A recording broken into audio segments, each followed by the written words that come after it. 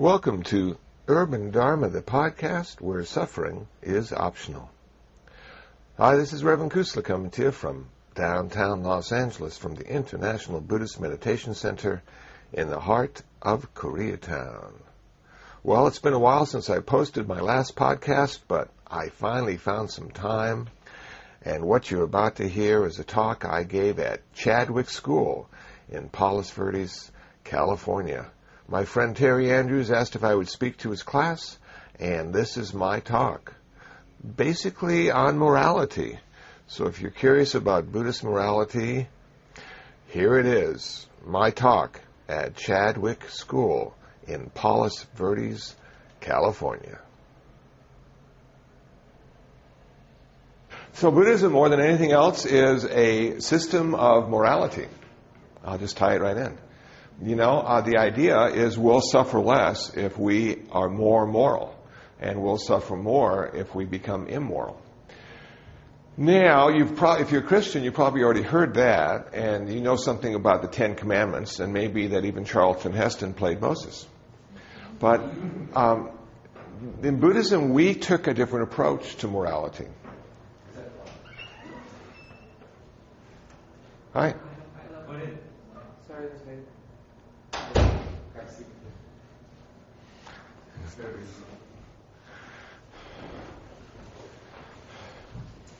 So Buddhism took a different approach to morality. We do not have a divine being in our cosmology. Now, did everybody know that about Buddhism? That Buddhism is godless?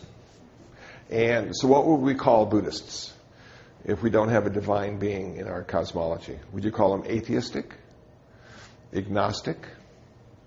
This is a tough one. Well, we call ourselves non-theistic.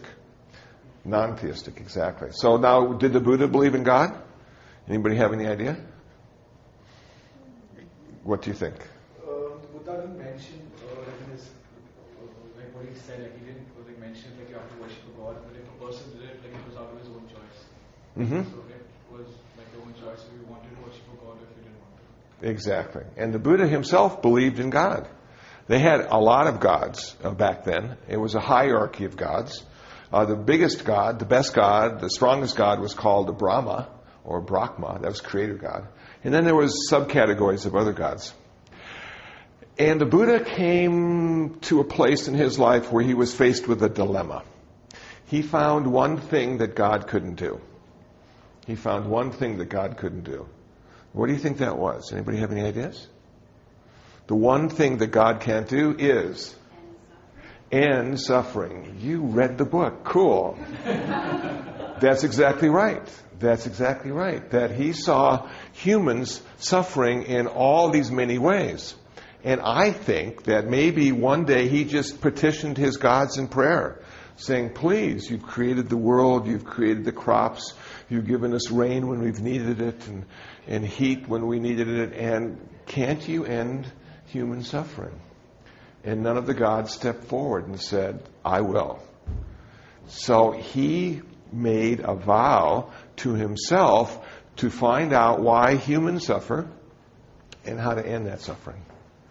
And at the age of 29, after his first child was born to his wife, he left them in the care of his parents, who were the king and queen of the province, went to the edge of the forest, took off all his clothes, cut off all his hair, threw away all his jewelry, and picked up these dirty old rags and covered his naked body, and he became an ascetic. He became a beggar. He became a mendicant.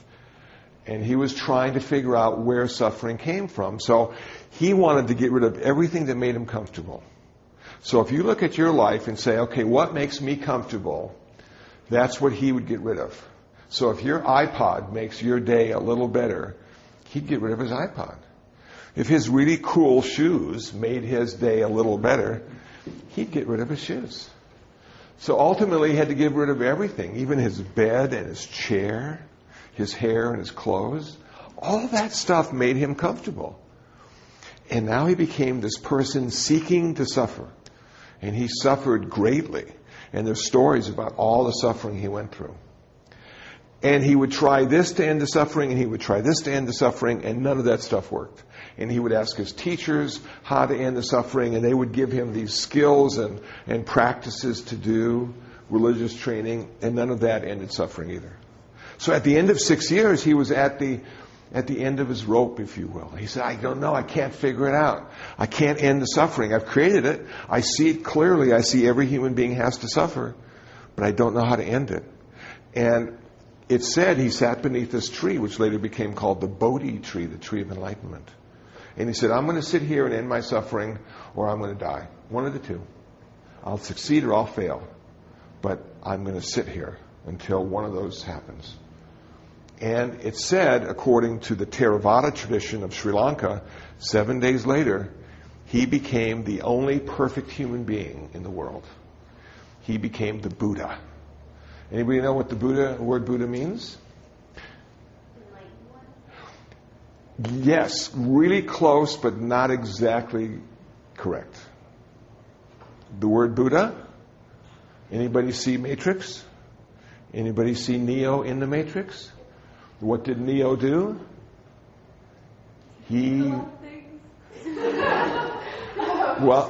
Neo woke up. They unplugged him.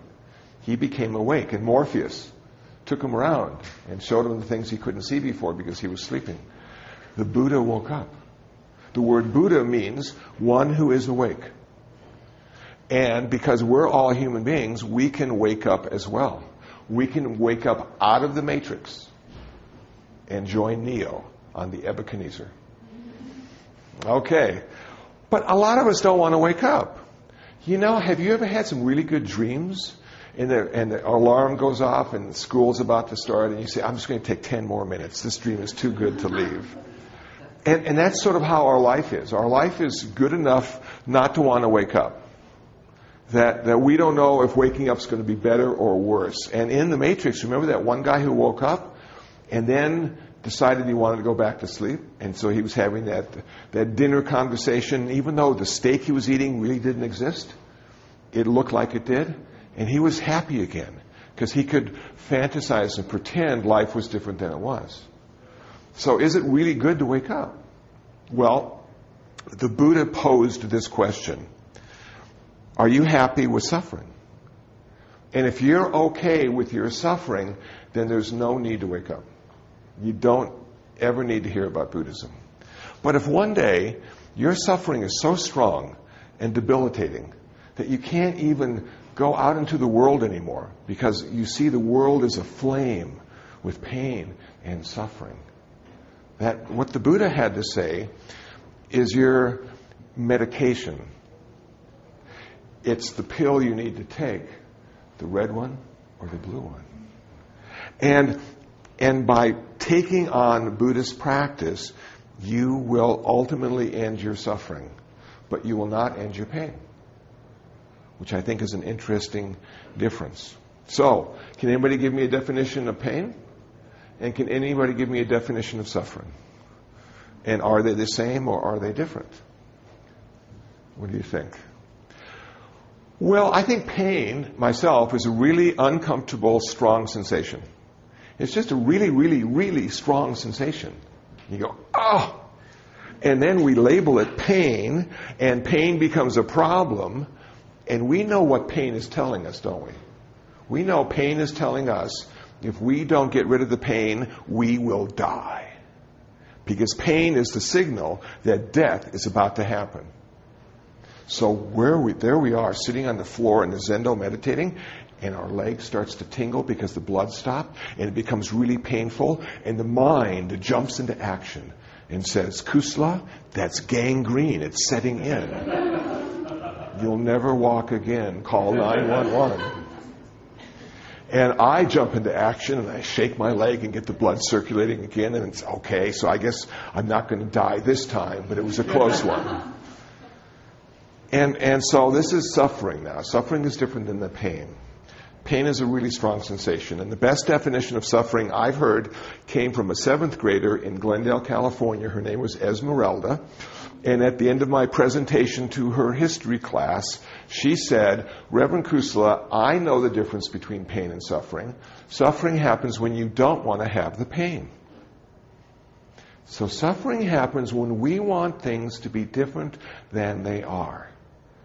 Has anybody had a perfect day and it was just the way it was supposed to be? Or was there always these hair issues? Or maybe lunch wasn't as good and tasty as it should be? Or just something comes up and ruins that perfect day all the time, and you say to yourself, if only that hadn't have happened, I would be having a perfect day right now. And so, as a human, we try to hold on to all the good stuff and push away all the bad stuff to make every day a perfect day, and we fail miserably. And not because we're bad, or not because we have original sin, not because of that at all, but because we're born with original ignorance, and we can't see reality the way it really is. We haven't woken up yet. So, Buddhism is about the process of waking up to reality exactly as it is, and having a profound acceptance or equanimity or balance with what you start to see. Because if you wake up too early and you see the world the way it really is, it may bum you out. And you may say to yourself, well, but why does it have to be that way? Everybody said the world is perfect, and I see people starving over here. I see people taking corn and making gasoline when people are starving over here because they would rather drive their car than eat. I'm sorry, you know my opinion on this, I bet. And I'm going, whoa. Or how about the bad water that people can't drink? And they don't have adequate filtration systems to make it pure enough not to make them sick. How about all the things that are wrong with this world? There has never been a time in this world when we haven't had a war. And there is a website online that will show you every day how many wars are going on. And it's never just one. There's sometimes 20, 30, 40 wars every day going on around the globe. Why can't people get along? What is wrong?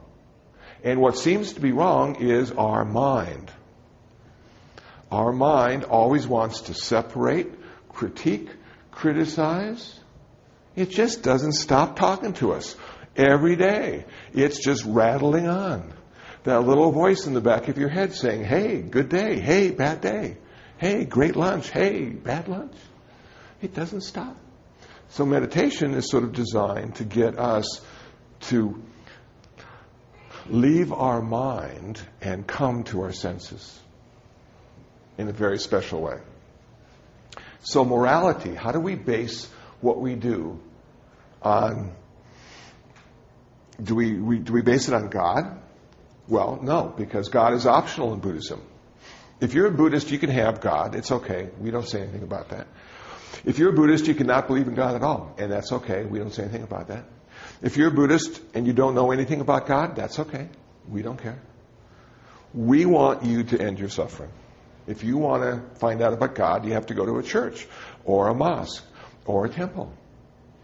Everybody in the world will tell you about God except for the Buddhists. The Buddhists will tell you about Siddhartha, who found the answer to human suffering, and for 45 years taught the path to the end of human suffering. The Buddha will tell you that we do not base our morality on God and the commandments, or even what God says. We base our morality on karma, cause and consequence. We feel if we're a skillful human being, we will suffer less. If we are an unskillful human being, we will suffer more. Now, some people think there is evil in the world. Some people think there is ultimate good in the world. As a Buddhist, we don't.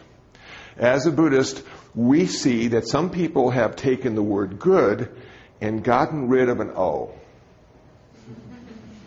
And they consider that to be ultimate good.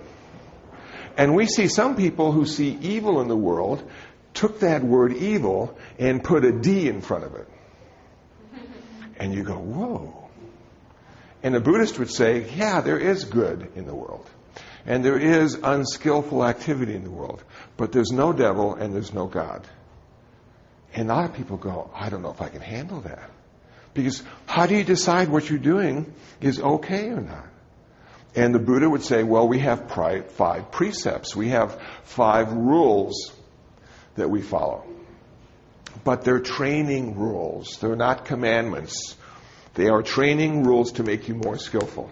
They are practice rules. The first rule is, I will practice not taking life.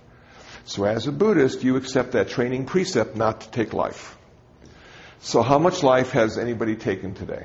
Anybody killed anything today? Well, maybe not that you know of, but I bet most of us have killed something today already, and the day's still young. And we're going to go out and kill some more, because that's what humans do. A few years ago, I took my motorcycle and rode to Wisconsin and back on my motorcycle. And my windshield became the killing fields. Every color of insect imaginable was stuck to my windshield. And I felt bad because I didn't intend to do that. But simply moving through the world, you are bound to kill or make something feel pretty uncomfortable. So as a Buddhist, we say, okay, I'm going to start not killing, and I'm going to start at the top. I'm going to say to myself, today, I'm not killing any human beings. And I'm going to walk out that door with confidence, thinking that I'm not going to take anybody out today.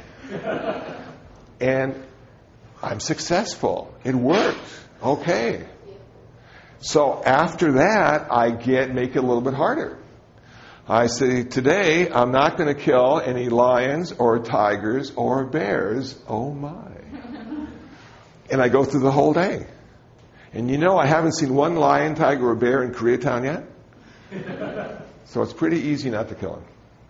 I did see, though, 2 nights ago, a raccoon. First raccoon, Koreatown. I mean, Staples Center is just a few blocks away. It's cement. And there is this full-grown raccoon crossing the ground. I'm going, wow, where did you come from? How cool is that? We have a raccoon in Koreatown. Then, as I get more skillful, I say, today I'm not killing any flies, mosquitoes, ants, or cockroaches. How difficult is that? You walk into your kitchen, you have 10,000 ants on the sink. And you say, oh no, I'm practicing not to kill. How am I going to get rid of these 10,000 ants? And that's the Buddhist dilemma. When you have chosen not to kill, is there another choice you can make? Is there another choice you can make? And there is. It just requires a bit more attention and a bit more time to the problem.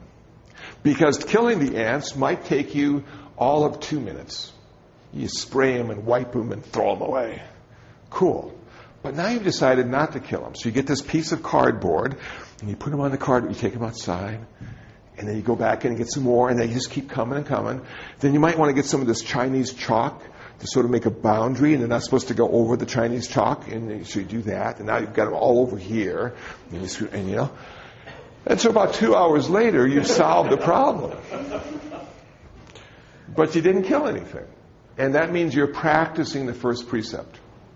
So, as a Buddhist, we practice a whole lot. Our religion is just our practice. Now, the next precept is, I will not take what is not given. Well, it's more than not stealing. I will take what is not given. That means if you walk into a Denny's and there's a ketchup on the counter, you can't use it until it's offered to you. So you say, oh, waitress, is it okay if I use the ketchup? She goes, what's wrong with you? That's why it's there. Oh, but I'm practicing not taking what is not given, and you didn't give me permission to use it. She says, what's wrong with you? And you say, well, I'm a meditator. I'm a Buddhist. And she says, what's wrong with you? So not taking what is not given is so difficult, because what happens if there's a pencil on the table and you need the pencil and the class is over and you know they're never coming back for the pencil, but you're practicing not taking what is not given, You can't even take that pencil and use it without permission. It's all about stuff. Has anybody seen The Story of Stuff? Well, if I can make a recommendation to you, I have just bought a new domain name. It is called DharmaTube. Sort of like YouTube for the Dharma. These are videos. And one of the videos I have on DharmaTube is called The Story of Stuff. And if you get a chance to watch that, you'll be surprised at where all this stuff comes from and how many people are involved in making this stuff and how many countries we are destroying so we can have more and more stuff all the time. So it's called The Story of Stuff on DharmaTube. It's very cool. There's also something I just put on DharmaTube called The Matrix. Sort of like The Matrix, but The Matrix, and it's about Morpheus, not Morpheus, and the problem of killing animals to eat. So if none of you are vegetarians, you probably don't want to watch it. But if you're thinking about maybe being a vegetarian, there's a lot of really useful information in just 3 minutes. And it's good animation too. Okay, do not take what is not given. We all think we own stuff because we have receipts. We go and buy something, they give us a receipt. So we own it. We take it home. We own it. And now we clean it, we care for it, we might even protect it. We might even buy a storage locker to store it when we're not using it. Okay, or if you have a mandolin, you might buy a case to put your stuff in the case so the stuff is nice when you take it out of the case. But we don't own anything. As a Buddhist, we feel we do not own anything. We just use the stuff we think we own. And the problem is attachment to the stuff we think we own. Because attachment creates desire. Desire creates suffering. And sometimes the stuff is stolen. Sometimes we can't find the stuff. And we suffer. And sometimes we take stuff without an invitation and we create suffering for other people. So our job as a Buddhist, to follow that second precept, is not to take what is not given. Not to take other people's stuff that they think they're own, that they're just using. Okay. Now let me tell you a true story about my stuff. That when I moved into the meditation center and when I decided to become a monk, I said, I'm giving up all my stuff. Because that's what monks do. Monks don't have any stuff. So I had 500 blues vinyl albums. Some of the best blues guys you have ever listened to. Took them to a used record store. Sold them for $1 a piece.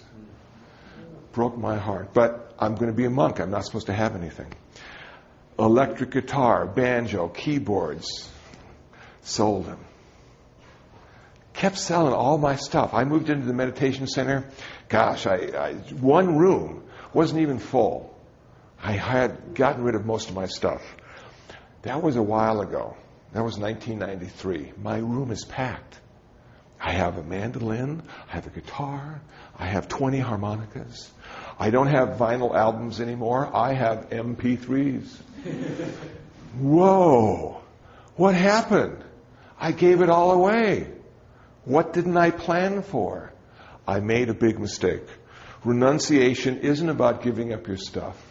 Renunciation is about giving up your wants for the stuff. I gave up my stuff. I didn't give up my wants. And years later, the stuff materialized again. There it was. Whoa, a famous Zen master said, Buddhism isn't about giving everything up. Buddhism is about understanding everything will be taken away from you sooner or later. And the culprit is impermanence and change. Everything goes away sooner or later. So the next time you see stuff, people think they own that stuff, so ask permission. Third precept, I will practice not having unskillful sex. Whoa. So what does that mean, you know? Sexual misconduct. What is sexual misconduct in 2008? What is sexual misconduct in Southern California? Isn't everything okay? It seems like it to me, because when I was in high school, nothing was okay. You know? And guilt was just everywhere.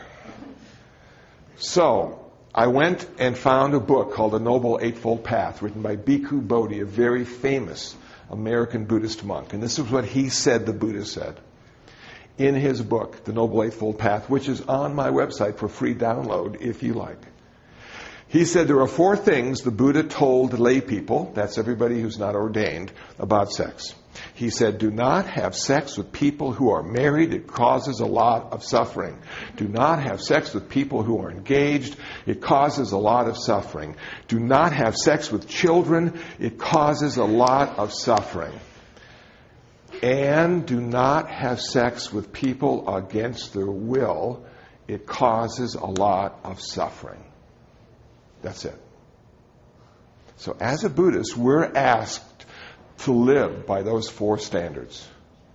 And I think if you reflect on those 4 standards, it's probably possible to go through your whole sexual life and not go there. You know? Now the big question is it okay to be gay if you're a Buddhist? Every high school I go to has this question for some reason. Is it okay to be gay if you're a Buddhist? And you know what my answer is? It's just another way to suffer. But there's nothing wrong with it, according to Buddhism.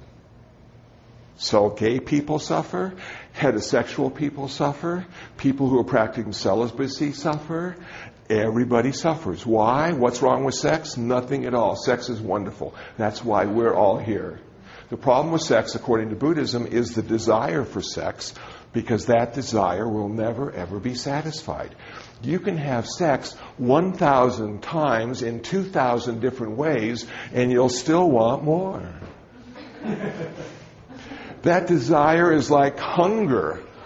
You say to yourself, I'm going to have the biggest meal I've ever eaten so I can end my hunger forever. And you sit down to this giant meal. 5 hours later, you're ready for dessert. The hunger is still there. Sex works the same way. So we encourage people to have sex, but we encourage people to have sex in that way.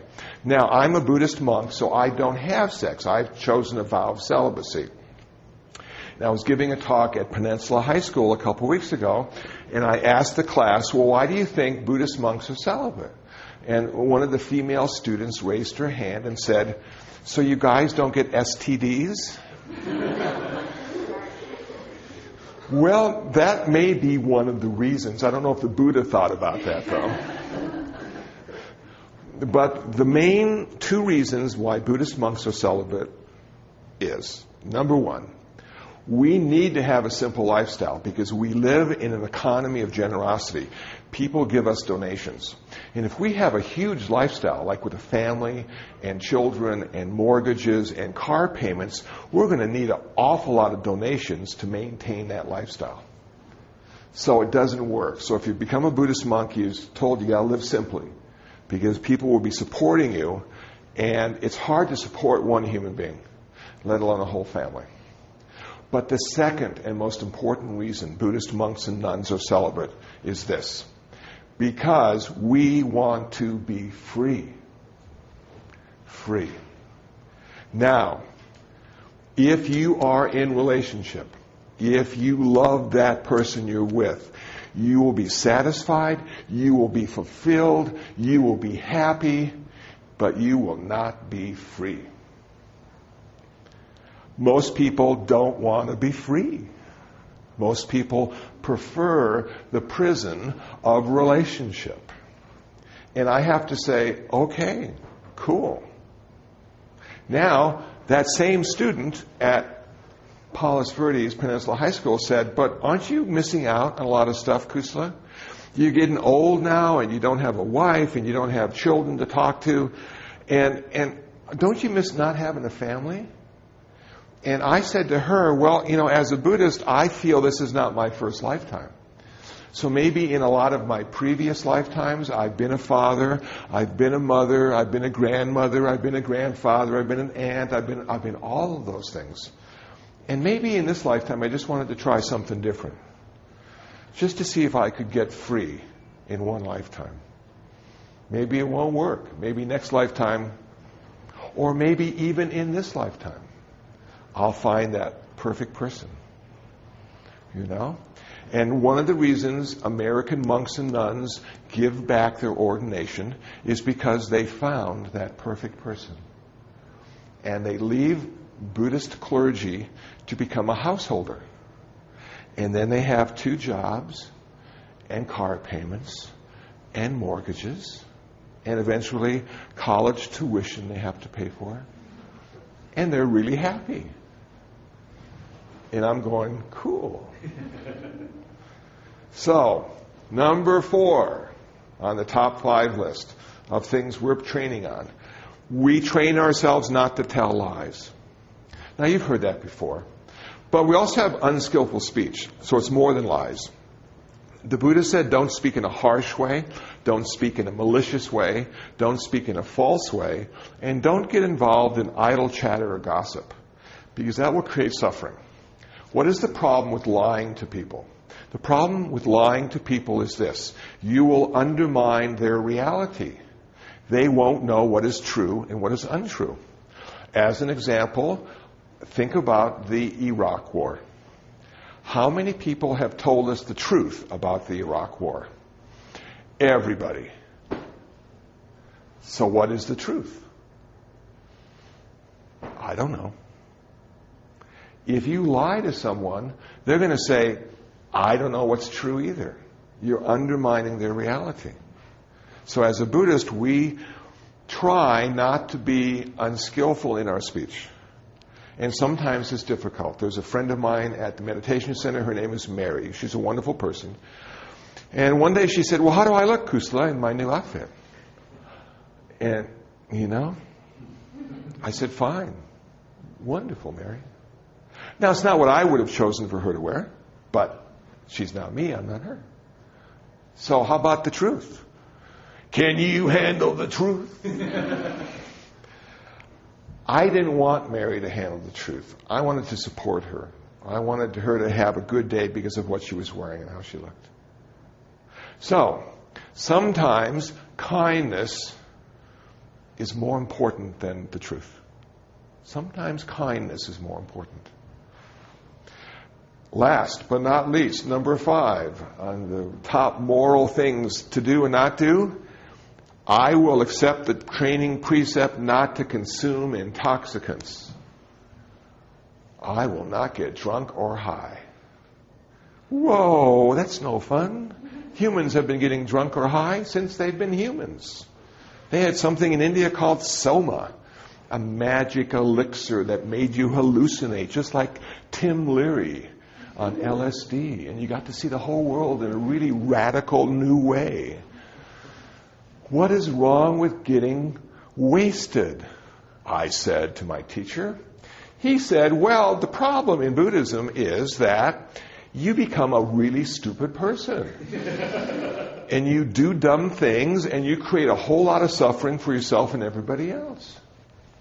So there's nothing wrong with drinking once in a while. They say wine and beer is actually good for you. The problem is you could lose your wisdom. Now, when I took that precept, I changed it for myself because I realized I couldn't, in the beginning of my Buddhist practice, not have a beer. And when I went to the Mexican restaurant and I had that burrito and the salsa and the chips and that cold beer, my life was good. I wasn't giving that up for enlightenment. But after a couple years, I realized that, maybe a 7-Up or a Coke would be okay. That I didn't even need that beer anymore. So it was a gradual understanding, a gradual deepening of my wisdom that led me to finally accept the training precept in the way it was written and not the way I wanted it to be. So if you're going to practice those precepts, you might say to yourself, okay, I'm not going to kill humans, but I will kill mosquitoes and ants and cockroaches because I hate them. And that would be okay. And then as you keep practicing your Buddhist path, you start to have more compassion and more wisdom. And then you look at those little cockroaches and you see they just want to live too. They're part of this creation that I'm in. And the only problem with the cockroaches is it's in the wrong place at the wrong time. It's in your place and it's your time. So maybe you can keep the kitchen a little cleaner or put the trash outside more often or whatever it is that brings them in, just to keep them out. So that's how I look at it. So moral training in Buddhism is really important. It's the foundation of Buddhism.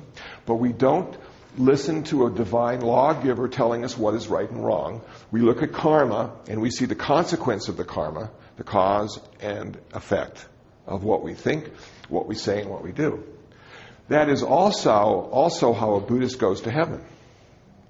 And we do go to heaven, but we don't go to Christian heaven, or Jewish heaven, or Muslim heaven, or Hindu heaven.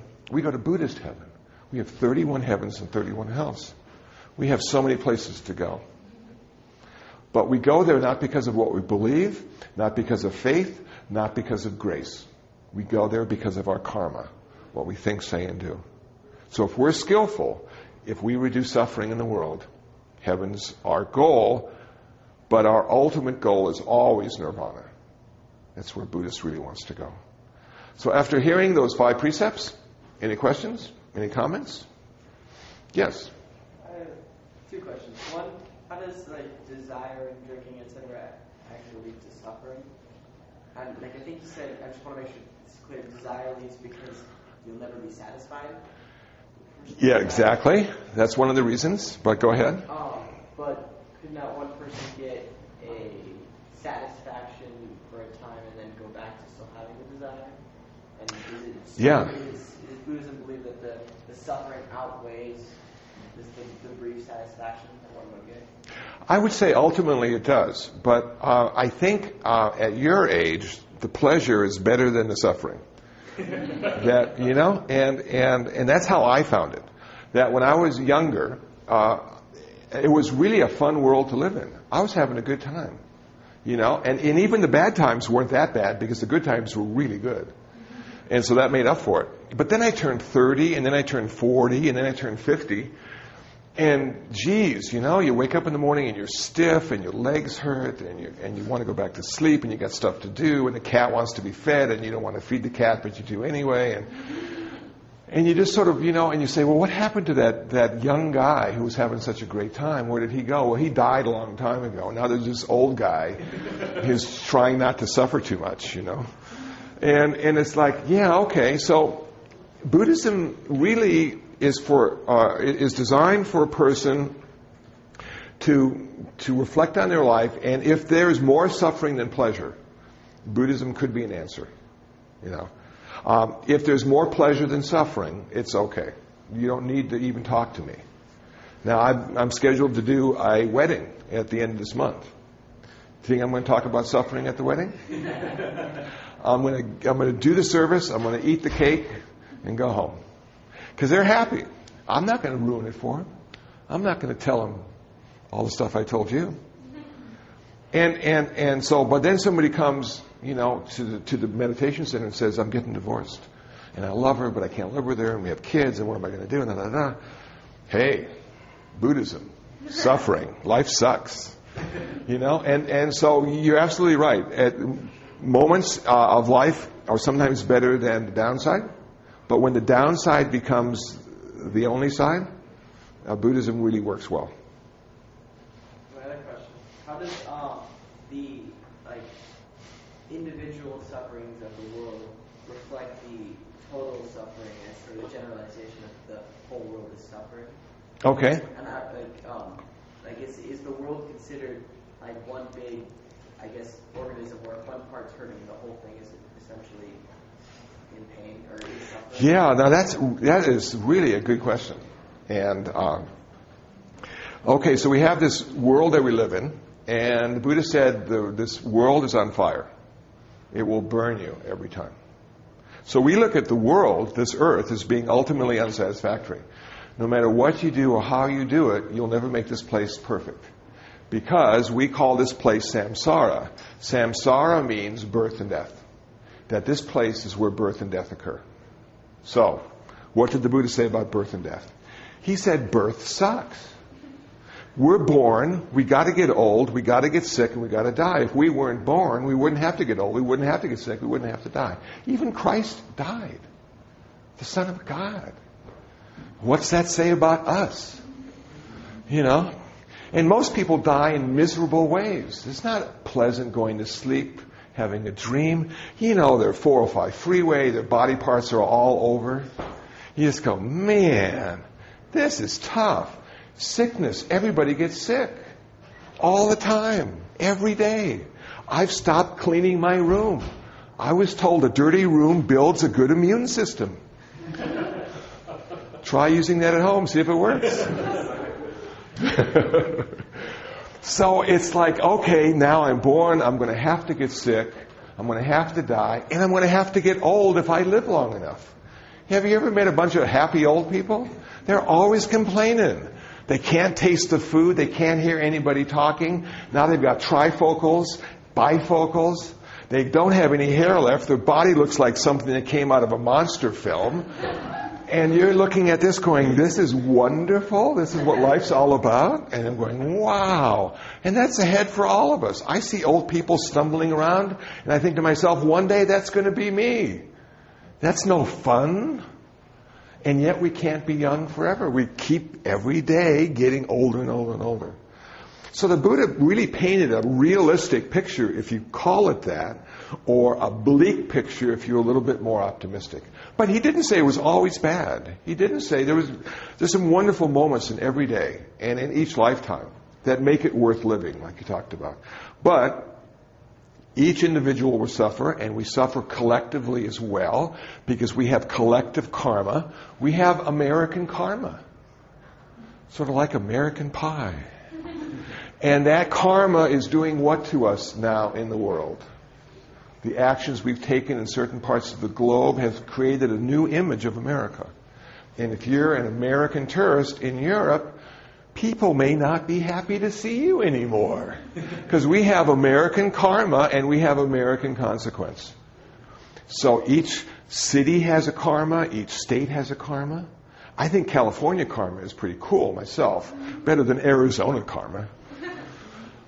And then the countries, and then global karma, global suffering. How about the air? How about the glaciers melting? How about the lack of food for a whole bunch of people in the world, and we're taking our corn and making gasoline out of it so we can drive, and they don't even have enough to eat because we don't want to spend $5 for a gallon of gasoline. That's nothing. Most of the world is spending far more than that. So, yes, we have global suffering, we have individual suffering, and they're both connected. You can't be free from it. And one of the things about Buddhism, when you wake up to the fact that ultimately you're connected with everything all the time, you realize in Sudan, if there's one person dying of hunger, there is a part of you literally dying of hunger as well. That suffering is felt by you at some level. Now, if you don't know them and aren't watching the news, it might just be a little uncomfortable twinge. And you think, well, I'm getting old, or I shouldn't throw that ball as fast as I did. But maybe it's that person dying, and they're connected to you, and you're feeling it. And you don't know what it is, but you're actually feeling it. And you go, whoa, whoa, whoa. So as you get more enlightened and more sensitive to the issues in the world, you start waking up to the fact that, yeah, we're all in this together. This is our team, And our team so far isn't doing a very good job. We need to be better. Did that answer your question? Yeah. In a way? Okay, thanks. Well, that's it. That was my talk at Chadwick School in Palos Verdes, California. Hope you found it interesting. Hope you found it useful. If you'd like to download some free ebooks on Buddhism, please visit buddhabooks.info. That's buddhabooks.info. I've just purchased a new domain name, dharmatube.org. That's DHARMATUBE, dharmatube.org. And I'm posting Flash video and Flash audio. Have some up and running already. If you haven't been there yet, drop by and see how it's going. That's dharmatube.org. Well, until the next podcast, until the next time, be happy, be peaceful, and most of all, be free from suffering.